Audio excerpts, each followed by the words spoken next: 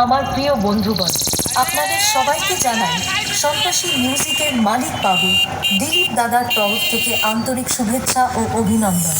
এখানে আসা সমস্ত বক্স লাভার এবং ইউটিউবার ভাইদের ম্যানেজার সোমনাথ দার পক্ষ থেকে বুক ভরা ভালোবাসা।